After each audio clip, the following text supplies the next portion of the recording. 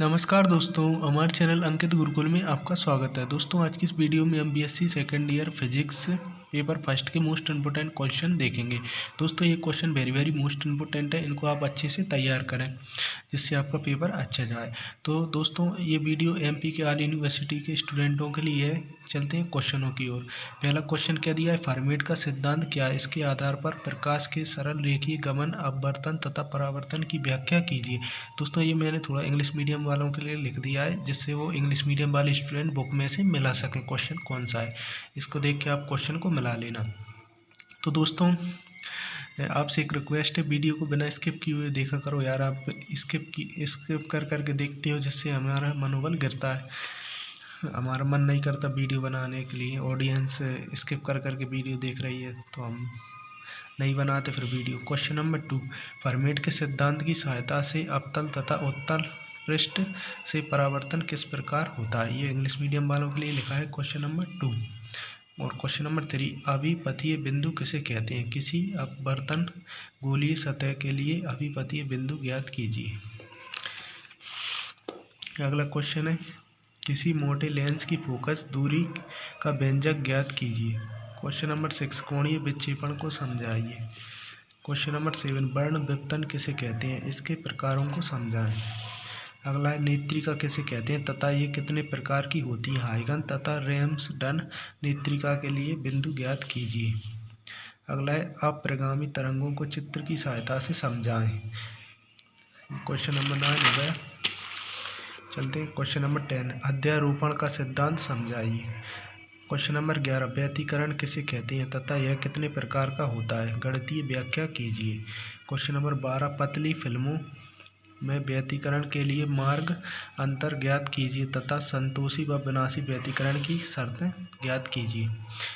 Question number 13, web फिल्मों में व्यतिकरण किस प्रकार होता है, संतोषी व विनाशी व्यतिकरण की शर्त ज्ञात कीजिए तथा फ्रिज की चौड़ाई के लिए व्यंजक ज्ञात कीजिए।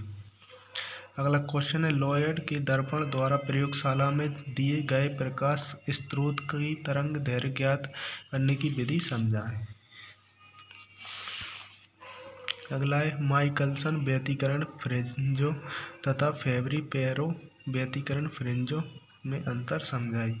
क्वेश्चन नंबर 16, न्यूटन फ्रिंजों तथा हेडिंजर फ्रिंजों में अंतर समझाइए।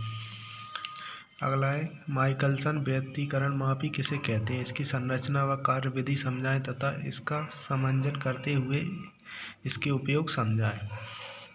अगला है, प्रकाश के व्यतिकरण तथा विवर्तन में अंतर समझाइए। अगला है, एन स्लिट के कारण विवर्तन किस प्रकार होता है, परिणामी तीव्रता व आयाम ज्ञात कीजिए तथा उच्चिष्ट व निम्निष्ट के बनने का क्रम बताइए। अगला है, फ्रेनेल की अर्धकाल जोन विधि का वर्णन कीजिए तथा जोन का क्षेत्रफल, जोन की बिंदु P से दूरी, परिणामी आयाम हेतु व्यंजक ज्ञात कीजिए। अगला है, प्रकाश का सरल रेखीय गमन पर टिप्पणी लिखिए। क्वेश्चन नंबर 22, अवतल परावर्तन ग्रेटिंग का सिद्धांत लिखिए तथा इससे स्पेक्ट्रम के फोकस होने का प्रतिबंध प्राप्त कीजिए। अगला है, अवतल परावर्तन ग्रेटिंग के आरोपण की रोलैंड की विधि का वर्णन करो। इस विधि द्वारा किसी प्रकाश स्रोत की तरंग दैर्घ्य का मापन किस प्रकार किया जाता है। अगला है, ग्रेटिंग की विभेदन क्षमता तथा विक्षेपण से क्या तात्पर्य है। अगला है, द्वि अपवर्तन किसे कहते हैं, साधारण तथा असाधारण विकिरण किसे कहते हैं। अगला है, प्रकाश का ध्रुवण किसे कहते हैं। अगला है, विद्युत चुम्बकीय तरंगें से ध्रुवण की व्याख्या कीजिए। इस संदर्भ में रैखिक वृत्तीय तथा दीर्घ वृत्तीय ध्रुवण का वर्णन कीजिए। अगला है, सॉरी इसका मैंने इंग्लिश में नहीं लिखा है क्योंकि ये डबल क्वेश्चन हो गया है, इसका इधर है तो इसको मैं इधर लिखा है इंग्लिश में। हाइगन के सिद्धांत द्वारा एक अक्षीय द्वि अपवर्तक क्रिस्टल से द्वि अपवर्तन की व्याख्या, जबकि इसकी प्रकाशीय अक्ष अपवर्तक पृष्ठ के समांतर तथा आपतन तल में है। इसका मैंने डबल लिख दिया उधर है इसके इंग्लिश में। क्वेश्चन नंबर 29 लेसर क्या है? लेसर प्रकाश के अभिलाक्षणिक गुण लिखिए। क्वेश्चन नंबर 30 कला संबद्धता से क्या तात्पर्य है? काल्किक कला संबद्धता तथा दैसिक कला संबद्धता में अंतर समझाइए।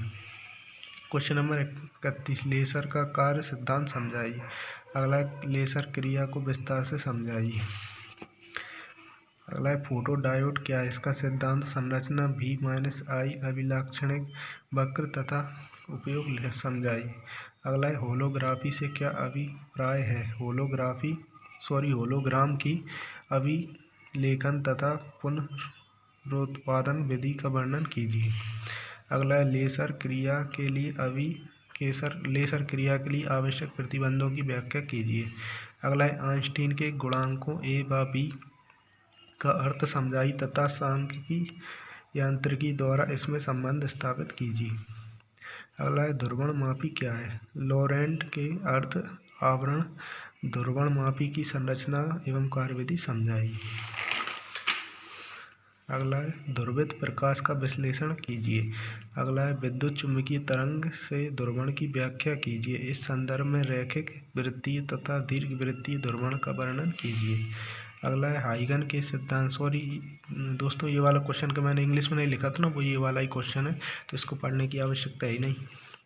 अगला है फ्रेनल के सूत्र लिखिए तथा इनकी सहायता से परावर्तन द्वारा ध्रुवण की व्याख्या कीजिए। तो दोस्तों ये कुछ मोस्ट इम्पोर्टेंट क्वेश्चन होगा, इनको आप अच्छे से तैयार करें।